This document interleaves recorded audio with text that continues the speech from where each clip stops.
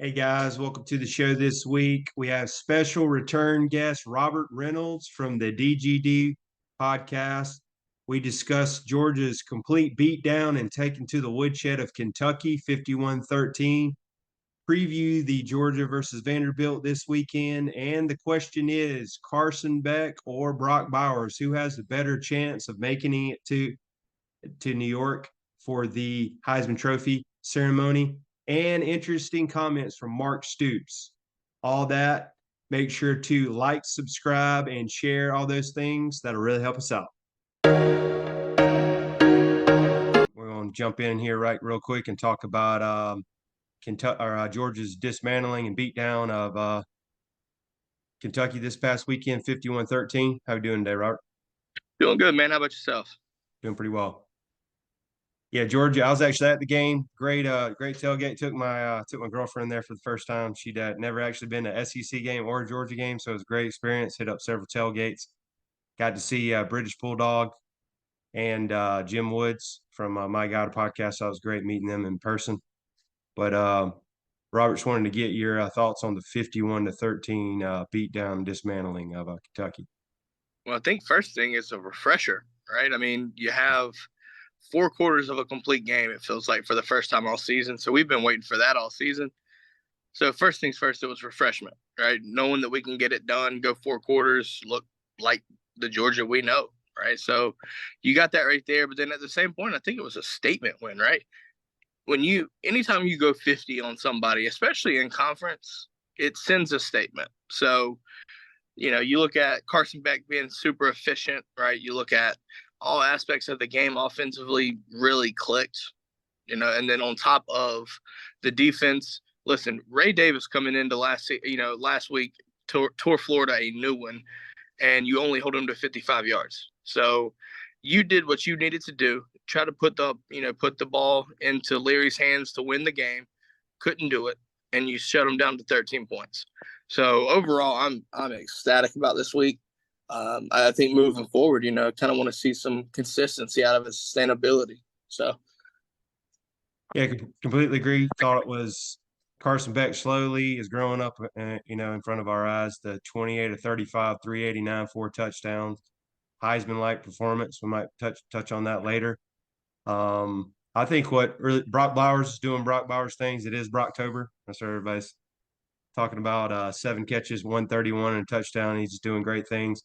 Rosemary Jack Saint, I guess he wants to be called Rojack. He had another great game. And then I think Ra Thomas is really coming into his own. That touchdown catch in the end zone, which I first thought was like, hey, that's out of bounds. But hey, we ended up getting a favorable review there. I think he's coming along and just overall great game. Was able to run the ball pretty good, 173 yards, and thought Kendall Milton looking like himself from last year when he's healthy. So yeah, overall great win, and I think it shut up a lot of the doubters. Everybody's like, hey, that's the #1 team right there. Yeah, if there was any Bobo haters or Carson Beck haters, I think this game kind of shut that up. So I'm with you. Oh yeah, for sure. And then looking ahead, we got Vanderbilt this weekend. It's gonna be 12 o'clock. Hate to say that sleepy 12 o'clock noon game, 11 a.m. start. 31.5 point spread. Looks like Ken Seals might be the quarterback for Vanderbilt this week. What's your thoughts on what you hope to come out of this game? I think for what it's worth, I mean, he did a fairly decent job, but I think AJ Swan is their quarterback, right? That's just my thoughts. I might be wrong on that. Yeah. But I think that offense revolves around Will Shepherd. If you can limit him, I think you have no issue shutting down that offense. I think you still need to be true to yourself, right? If you can, do what you do, right? Do what Georgia does, I think you win this game easily by far. But again, I mean, you look at last year shutting it down, legitimately pulling a shutout as well. I'd like to see that continue. I think Georgia has to do what they do. If you limit turnovers and you don't turn the ball over, I think there's a good shot at a shutout here as well this season. Right. With the 31.5 point spread, I know Georgia finally covered last week. What's your thoughts on the spread? Do you think they jump on them and cover it, or? I mean, 31.5 is especially on the road is a pretty big spread. But Vanderbilt really, I just don't think they have the ability to stop us offensively. So the ability to throw up a ton of points is going to be there.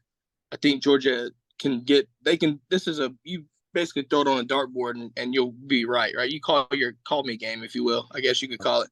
You call out the number of points and it'll happen. Right. I think that has this kind of potential there. Vanderbilt defensively just isn't close to being able to stop the prolific offense that we're doing right now.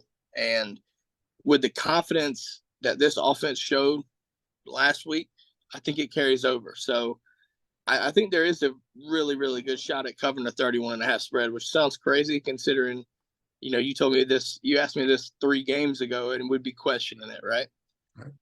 I think it happens. Yeah. Yeah, I'm with you. I'm going to make a pick. I'm seeing something like 42-7, 41-7, might get a couple field goals in there, but definitely I like covering. It is hard to hold a team out with the backups in. I just hope we get in. Carson Beck looks really great. Maybe get to see a little BDG or Gunnar Stockton and just hopefully get out with no major injuries. I think that would be great. And then get the bye week and then get ready for Florida and healed up. So, yeah, this is definitely a game where you want everybody playing. I think this is probably the one conference game that should happen like that for sure. I agree with you. Wanted to give a shout out to our great sponsor, VivaTequilaSeltzer.com. Was able to drink a couple of these last week for the tailgate in Athens when I was there. Personal favorite's the watermelon, but also I enjoy the huckleberry and the elderberry. We got a great code for you for 20% off, Dawg House 20 for 20% off with VivaTequilaSeltzer.com. Again, that's Dawg House 20 for 20% off. That's our great sponsor, VivaTequilaSeltzer.com. Then also wanted to ask you, so Brock Tober having a great year, and then also Carson Beck, he had a Heisman-like performance. It would be great to get another Georgia Bulldog in there like Stetson last year. So I wanted to get your thoughts on who has a better chance, in your opinion, Brock Bowers or Carson Beck, to make it to New York this year for the Heisman Trophy. I think the answer is depending on where you want to, are you thinking with your heart or are you thinking with your head? Because my heart tells me I want Brock there. My heart actually tells me I want both there. Let's make that clear. Right. If I'm thinking with my head, though, I think you look at Carson Beck. And the reason why I say that is because, right, we've started to see and I think statistically you'll understand, it's a quarterback award. It's basically just a glorified quarterback award again. And do I believe that it should be? Absolutely not, because they are game changers. It's supposed to be the country's best player, and Brock Bowers has a complete argument for that, right? I mean, you looked all 3 years. There's been a situation where you could arguably say that he's been the best tight end in college football. This year, I think you're even starting to see some national media mention he's the best player in college football. And I think that should get taken into consideration. Do I think it does? No. I think the voters that look at the quarterbacks, right? When you look at the Heisman list, most of it's quarterbacks, right? All of it, if not all of it, is quarterbacks. Yeah. It's hard. I mean, you look at Devontae Smith being the last true skill position player to win it, right? Right. I think it has to be opened up to college football players. This is just not a quarterback, even a skill position. So if I had it my way, both would be there. I mean, Carson's 4th in the country in passing yards right now among FBS. Brock Bowers well on pace to crack 1,000. So, I mean, there should be no reason why you couldn't see both. I mean, listen, this year the quarterback situation this year is pretty legit. You got a bunch of good quarterbacks in the Pac-12. I mean, really across college football. But if I had it my way, both would be there in New York. Yeah, completely agree. I think Carson Beck, him being on the number 1 team, if he continues to improve like he did and his passing ratings, I think he has a good shot. But I do think if Brock, I think he's had over 300-yard games recently, he can have a big game maybe against like a Tennessee or Florida over 100. And if he can somehow eclipse that 1,000-yard receiving that break the Terrence Edwards record, I think that could possibly give him a really good chance. And the way Kirby says, Brock's the best football player, overall best football player currently. So, yeah, and I mean, it's you have a situation where you have a player that every team that's played us so far, they know that he's the best player on the team. yet they can't find a way to stop him. Right? I think you have one game. Was it second week that he had one reception for 3? But outside of that, I mean, the last time we had what Brock did in these past 3 games, right, 100 yards plus, Terrence Edwards did that. Right? That's the last time that's happened. So I love the fact that Bobo is, dispersing the ball accordingly, right? But you're also getting the ball into your best player's hands. That's how you win football games. Bobo knows that. Why? That's also the reason why Bowers is going off the way he has. Now, at the same time, you have to give a testament to him for creating yards after the catch, because he's fought through contact. So that's on him, right? I think the scheming is getting him open. But then, right, you look at the situation where he's just fighting through tackles. I mean, Auburn specifically, 3 guys had a shot, and he just ran right through them. Yep. That's just Brock being the player that he is. It's just special to watch. So I'm just glad that Bobo's really, letting Carson sling it and getting Brock open, right, scheming him open. That's real fun for me there. Oh, yeah, completely agree. I think definitely improved in the comeback win and the moxie in the Auburn game, and then he looked great last week. So, yeah, I think Carson's definitely headed in the right direction. Really excited to see it the rest of the season. Yeah, and then also wanted to ask you, I guess a little bit of Mark Stoops talking about NIL. He was on his call-in show and kind of made a little bit of the headline. So I wanted to get your thoughts. Guess I'll bring that up here real quick and what he said if no one's really heard what it is. Didn't really take a dig at Georgia, but it is what it is. I think he was just that fan called in and said, "Hey, what do we got to do to try to hang with the big boys again after getting blown out?" So he said, "I can promise you, Georgia, they bought some really good players." Stoops said Monday in response to an upset fan on his weekly, "You're allowed to these days, and we could use some help." That's what they look like. You know what I mean? When you have 85 of them, I encourage anybody that's disgruntled to pony up some more. So wanted to know he's a little probably salty after getting a beat down from Georgia. Want to get your reaction on that. I think for me, I think it is what it is, right? I think he's telling the boosters, hey, you want to get to this level, we've got to do these things. The fact that he brought it up that it's legal now, I mean, hey, there's people, we've lived under this veil of, NIL not being a thing for so long that, I think boosters, it's kind of like a lacking type thing where it's just lagging behind. Right. Now that it's open, right, you've seen certain schools take advantage of NIL. I mean, and there's been recruits to go there. Listen, for what Stoops has done at Kentucky, I have to, that's remarkable for that program, right, in regards to that, because one, he's been there, 11 years, and he's won the most time, won the most games in Kentucky history, and that's over Bear Bryant as well. So when you look at what he's doing, I don't think he's taking a shot at Georgia. I think it's the recency of it, right? Georgia, I mean, let's be honest. Georgia's recruiting at we're number 1 right now in 24, and we're consistently in the top 3 to top 5. So nowadays you have to do that to get up in the rankings and get the right players. A lot of it too is on development and evaluation, but that's a different story. But they're not necessarily a terrible team. You know what I mean? Like I said, the success that they've had is a completely different feel than in my lifetime, any other coach, right, at Kentucky. Yeah. So he's brought some relevancy to that program, but I think now he just wants to push it to the next level, and that's the way I took it. I think Kirby took it that way too. I mean, obviously Kirby didn't comment on it too much, but I mean, that's just my take on it. I mean, hell, I might be wrong. I'm just an average Joe to some degree. All right. Yeah, completely agree. I think him coming off, that was probably a little bit of an embarrassing loss. He thought maybe he actually had a chance this year, and I think him getting beat by Georgia 11 straight years. He's 0-11 against them. It's tough, but yeah, a lot of media. I mean, hell, Twitter was reckless leading up to this game too. So there were more than just Mark Stoops thinking they could come and win that game too.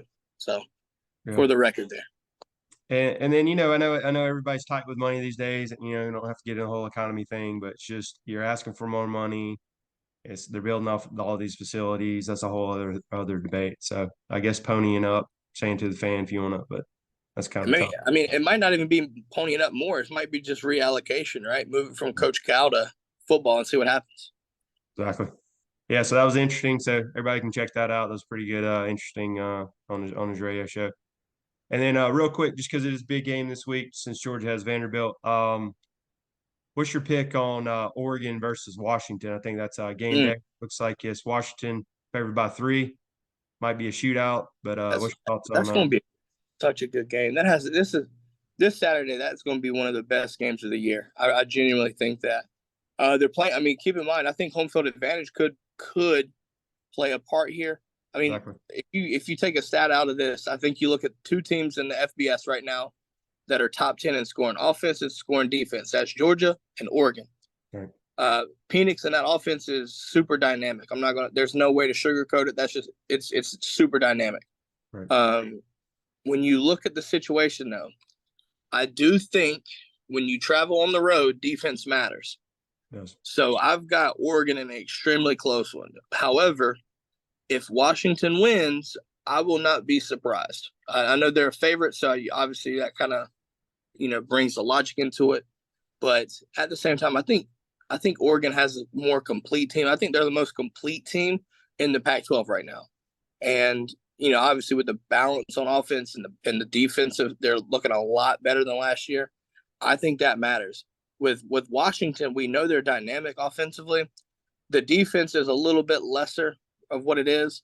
However, when you look at the situation, they haven't played a team like Oregon yet. So you have that possibility, right? So I think I've got Oregon in a close one. Yeah, completely. I'm with you. That's a great stat on the similar to Georgia, top 10 defense, top 10 offense. So they're really balanced. And I think Dan Lanning's getting a lot of that from being on Kirby Smart disciple. So I'm with you. I'll go with one. Oregon. He knows it's built on defense. He knows it's built around defense. Exactly. So there's that. Okay. And then how do we follow you on the socials? DGD podcast. I've been watching your podcast After Dark, which is a great show with you and your guys over there. What's the best way to follow you on that? Yeah, so I mean, obviously, social media. You can find us on X, I guess now. I still call it the Bird app. Yeah. You have our website you're seeing right here, dgdpodcast.com. I love that background, by the way. It's cool. Oh, it's one of those things, man. It's enticing, if you will. But no, if you go to dgdpodcast.com, you can find our show, audio, video. You can find ways to watch.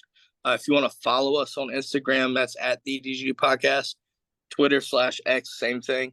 You can find our YouTube channel, youtube.com/the DGD Podcast. Every Monday, Wednesday night, 10 o'clock. I know it's kind of late, but when you bring that DGD Dark DGD After Dark, you kind of get that little unfiltered side of things too. So definitely, keep in mind, we try to listen. It is what it is. We try to bring the adult side to it. So just a forewarning, if you do follow us and listen, watch out for your kids. I'll try to be careful. There you go. Unfiltered. I like it. Yeah, make sure and check those guys out. DGD Podcast on all the platforms. YouTube video is great. They're all over. Also got some great sponsors. I think that is it Atheos Coffee? I got to try that out. Atheos, yeah. Man, best coffee in the business. Good Lord. Yeah. So yeah, check those guys out. And Robert, appreciate you again coming back on the podcast. If everyone's still around, make sure to like, subscribe, and share all those things that really help us out. And I hope Georgia take care of Vanderbilt this weekend. Oh, I think they will. I don't think you have to worry about that, Trey. There you go. All right, man. Go Dogs. Appreciate it. Go Dogs. Thank you. If everyone's still around, make sure to like, subscribe.